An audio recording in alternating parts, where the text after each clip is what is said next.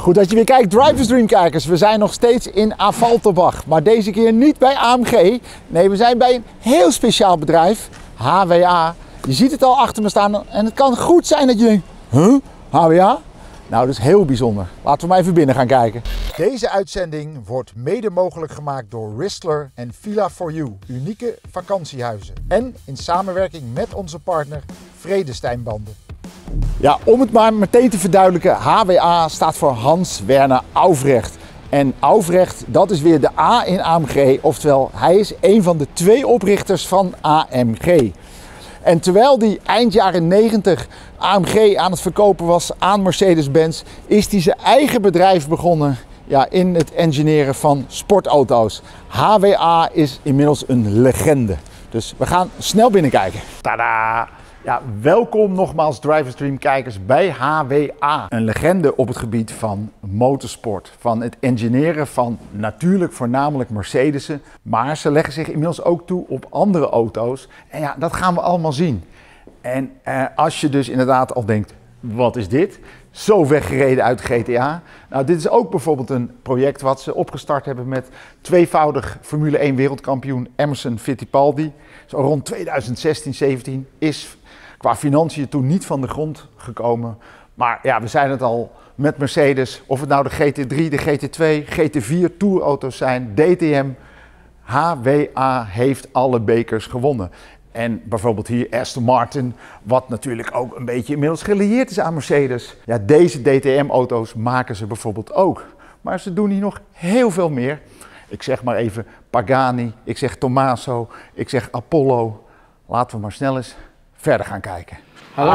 Hi Gordian. Good to have you here. Yes, thank you for having us over here. Thank you for coming. Maybe, I don't know, not many people will know by the name of course HWA, like, okay, what is it exactly? So HWA stands for Hans Werner Aufrecht. Mr. Aufrecht founded AMG in the late 60s. And he sold the company at some point to Mercedes. Yeah. But then he made himself self-employed again with this company just next door. So we are kind of surrounded by AMG here in Affalterbach.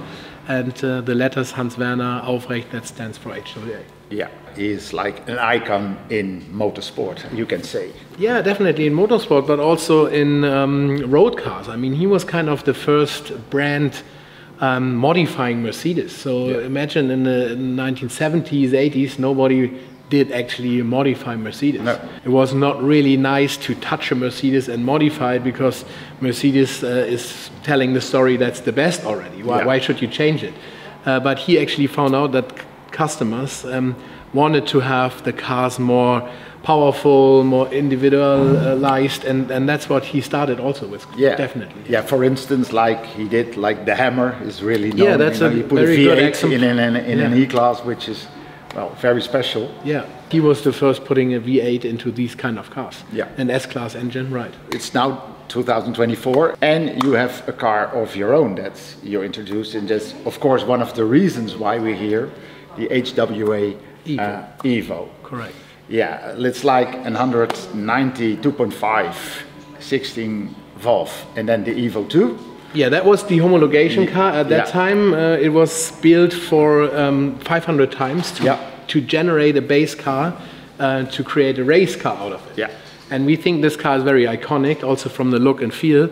And it's a nice car to tell our story, actually. Yeah. What we're doing right now is actually changing only from one client and racing into multiple projects. And we have done this the last years already with companies like Pagani and other companies, definitely. And now to showcase our capabilities, we decided to build our own car as well. Yeah, I think you cannot say it's just the rest of one. No, that's why. Let's go downstairs. I would like to show you the progress of the project, and then you definitely identify it's not a resto mod. Okay, well, let's go.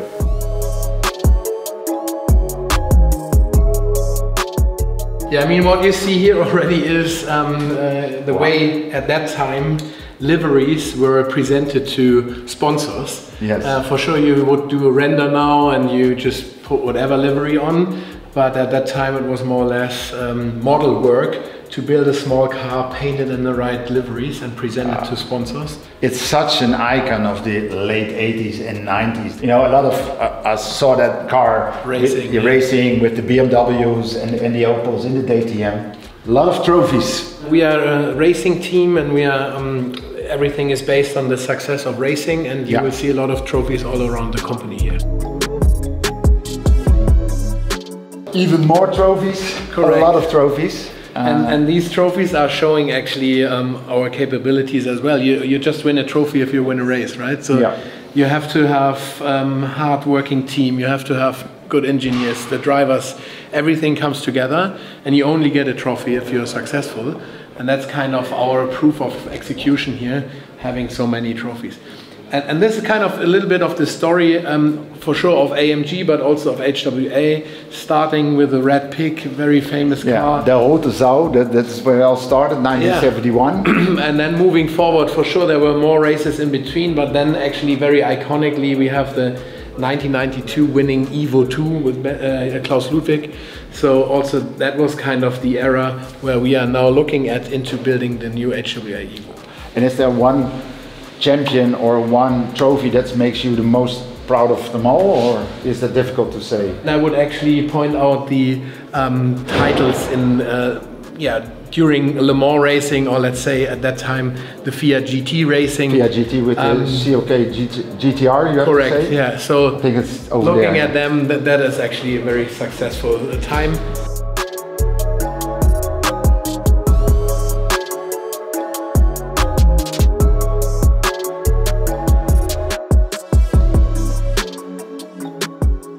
So Gordon, this is where it starts for the Evo. Correct. So this is an original 190 chassis, not a 190 Evo 2. No, let's put that correct, because you don't buy don't buy the Evos and then convert them into your cars, because then 20% of all Evos should be gone. No, gone. That's what we don't like, because at the end this car is so iconic and so rare, it doesn't really make sense. So you buy a normal. We buy normal cars, 190s. For sure, we would like to have no damages, no significant rust, and no repaired on the chassis.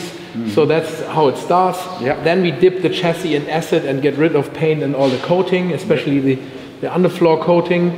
And and then we actually. You have this. We have this. This is where it starts. And from here on you start building your own car. Correct. And then we actually cut off non-relevant components, and we implement a lot, and that's what we see later over there. We get rid of the front end and the rear end, and you can see even the side skirts, everything is different. So what we reuse is kind of the silhouette and the ABC pillar as a steel part, and from now on a lot of aluminium will come to the car, because this is now all steel. But everything we bolt on and we attach is going to be carbon and aluminium. I would like to explain a little bit about this plate. This is very important for us as the company. It's more than 12 tons of steel plate, and on this steel plate all the cars we have built have been pre-built. So you could say even the CLK GTRs we were just seeing in the glass vitrine, it's actually built up here, and we are now using it again for having the first prototype of the HWA Evo. So this has been here for many years already? It has been here actually before the building was set up, because it's heavy. The building was built around later. While they set up the building, it was installed here. And I think we can tell already for the Dutch viewers as well, more than one are coming to Holland, right? There's a lot of interest from Holland. There are several people actually which have signed contracts, and we are very happy that there is so much interest in the Netherlands. You made it probably too cheap if there was so much interest from Holland. Actually, people talking a lot about the price and say, oh, that's kind of expensive. We don't think that, because actually we are building a complete new car. It's more or less competitive. It's going to be a supercar, right? We still like to keep the 4 doors, 4 seats, but we want to have this car being performing and competing with sports cars. So and for the price we're talking about, it's like 714,000 euro before taxes, right? We just see the chassis here. There's lots more to see, but at the end everything is new. You can see there is bits and pieces we reuse. On the electric side, for example, we don't reuse anything. It's complete white paper where we started with a new EE architecture, you could say. Yep. Also on the powertrain, engine, gearbox, prop shaft, drivetrain, nothing is out of the original car. It's all new. And again, the story about using an S-Class engine has been transferred into this project as well. Yeah. Unfortunately, this is one of the top secret projects, so we cannot show anything, but maybe we can tell something about it because the Tomaso is coming back. I mean, this is all up to Di Tomaso because they are owning the brand, they are producing the cars, but we are helping them actually to do so. So they actually came up with the idea, the design and everything, and now we are helping them to develop the car, but also helping them to produce the car in-house here. And it's planned to build 72 cars here in the company of HWA. Yeah, and if I'm correct, it's 8-cylinder. Correct. All cars are manual. Yes. Yeah, and price-wise, I know it's something you don't have to, but I think it's around 1.5, 1.6 million. Yeah, something around this. And even that, I think more than one, I think 2 or 3 are sold in the Netherlands from the 72 as well. This I don't know, but I'm pretty sure because it's I'm also pretty sure, you see. Going to be a really nice car. Yeah.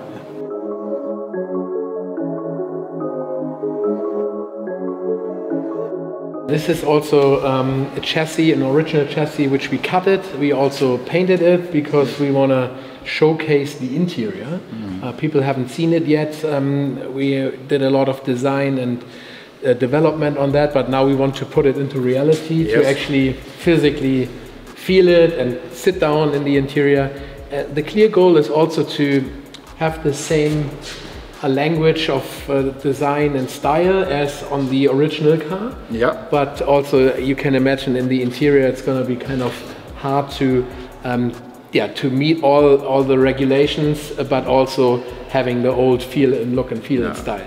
That was one of my questions because one of the most annoying things about new cars today is all these EU regulations that are in the car and beep beep beep for everything. Yeah. If you build like only 100 cars, do you have to put all these EU regulations in the car? In general, yes, but we have some exceptions because we are not building more than 1,500 cars, and therefore we have some, let's say, freedom, especially on these systems which are helping you to keep a lane or helping you to brake, and this is not happening. So we're in the paint shop, and if I'm correct, the original Evo you could only get in black, right? Correct. The color is called blue black. It's kind of a dark gray. Yeah. And that was the only color all the 502 cars were painted in. But your Evo, you can order any color you like. Correct. So what we do here is we have 3 of those paint booths, about 25 people working only in the paint shop here, and we are doing a lot of individualizations and special paints, like the Apollo IE, which all these cars have been painted here.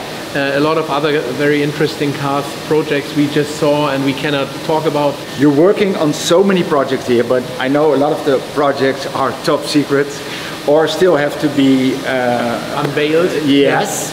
But what project can you tell that you work on? You said like Pagani, the Pagani Huayra Air. I think still one of the best sounding cars in the world with a V12. That's true. We developed the powertrain. I can show. Shall we just listen?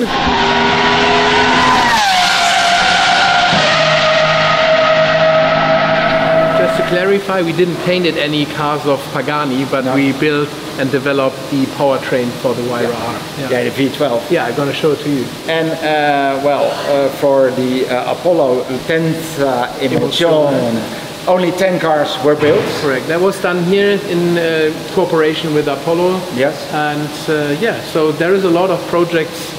Also, just maybe only a powertrain or something. Yeah. It's not always just that we do a complete project. No. Sometimes yes, but not every time. We are here in a place where we actually also build some components. This is something we did on our own here. It's actually one of a show car components. That is a grille, and we also painted it in here. Carbon grille. Carbon. Talking about the show car, we now see some kinds of components, of course.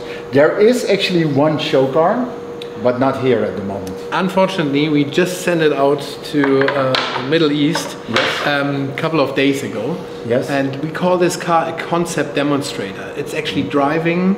It has already the powertrain, let's say the engine, which we want to use later on, installed, so people can have the sound and the yeah. But can clients already drive it, or is it just? No, unfortunately not. It's more or less to show that it is moving. It's not just standing still. No. And you can start up the engine and crank it up. We will have cars for testing beginning of next year. Yes. And you can imagine only having 1 year of testing period time is kind of short, and that's why we will have them used a lot. But maybe there's also the opportunity to make a test drive at some point. Gordian, where we yet are is like the production line of, but not especially for the Evo, but all kinds of cars, right? Correct. I mean, right now we are building 3 to 4 different types of cars here, up to 120 cars per year. Yeah. And it's actually made for, in the back we have a pre-production area, and then an assembly line here. And yeah, this kind of style of producing cars will be also adapted then for the Evo. Now producing cars for AMG customer racing. That means the GT2, GT3, Track Series, even anniversary cars, and everything they came up on the ideas and we built together, and these cars are going to be produced and built here. Yeah, and but what's going to be the Evo is going to be your first own 100% car. Correct. Not building for any other. No, brand. that's built for our company, HWA, and it's going to be sold as an HWA car. Yeah. So this is actually the Pagani engine, 12-cylinder. Correct, and this is definitely something we can talk about. So. Horacio Pagani here approached us and asked us, okay, can you build me a race car engine, because I want to build a special car only for track use. And that's the Huayra R, and we're seeing here the engine, but we developed the whole powertrain engine, including the gearbox, clutch system, everything as a one component. Yeah. But this is such a rare species. I mean, it's like any rare bird or elephant in the world, the 12-cylinder.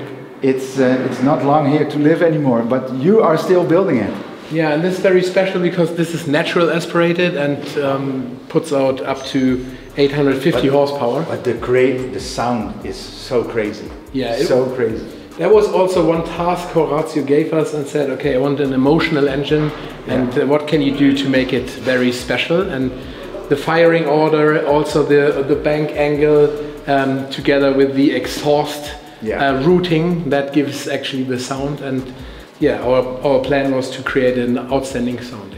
I only hope that these 12 cylinders will be made like many more years, but no, I think that the niche market is there. There's a lot of people who would like to have stuff like this, and that's why we are going to do these kind of things also in the future. So Gordian, we're in the engine room where they're building now the engine actually for the HWA Evo. Correct. So as I said before, it's based on an S-Class engine of Mercedes, but we modify it, so that's why we have to disassemble it completely and build up actually as a new engine. And is this engine, do you buy it straight from AMG, or do you buy an old S-Class and then pick it out? No, we buy those engines separately. We don't have to buy a whole car. No. And these engines are more or less brand new, so it's not being used in a car or something. No. And we implement all the knowledge we have done in those engines here. You can see these are race engines, and all engines we have developed in the past, they help us to actually put the knowledge and the know-how into the new HWA Evo engine. I think we can clearly see it's going to be a 6-cylinder. Correct. That's of course the difference with the old Evo, which was a 4-cylinder. Absolutely. This is a different, but again, as it is shorter and more compact, we can put it behind the front axle and we can install it very low. That gives us a good weight distribution, and that was more or less one of the trigger points. For sure, also the capability of having more horsepower then, that was also some kind of driver and pushing. Yeah, more horsepower. And will there be manual, automatic, or all manual? Only manual cars are available, 6-speed manual. The gearbox is in the back as a transaxle installation. And as I said, all the attachments, all the components like the starter, alternator, these things are now installed in the gearbox and not on the engine anymore. So the engine is actually equipped with a dry sump pump and these kind of things, and being modified in other ways. And it's now even more compact than before. So we're back in the entrance. Well, thank you, Gordian, for everything, showing us around the complete project of the HWA Evo. Very special to see. Thank you for coming. We have a magazine, a newspaper actually we would like to give to you. That's also really old school, a newspaper. Yeah, that's kind of the time we would like to present with the car as well. So there's a lot of things you can read later on your way back. Yeah. And thank you so much for coming, and I hope we could give everybody kind of an intense view of what we're doing here, inside view, I would say. So that was the goal, right? Yeah, that was the goal, and I would say you have. So thank you very much. Thank you. And I'm gonna say, dit was de Drivers Dream video van deze week. Weer compleet anders misschien dan je gewend bent. Maar ik hoop dat je hem leuk vond. Ik zeg ciao, bye, arrivederci. And now you say goodbye here in Germany. Auf Wiedersehen.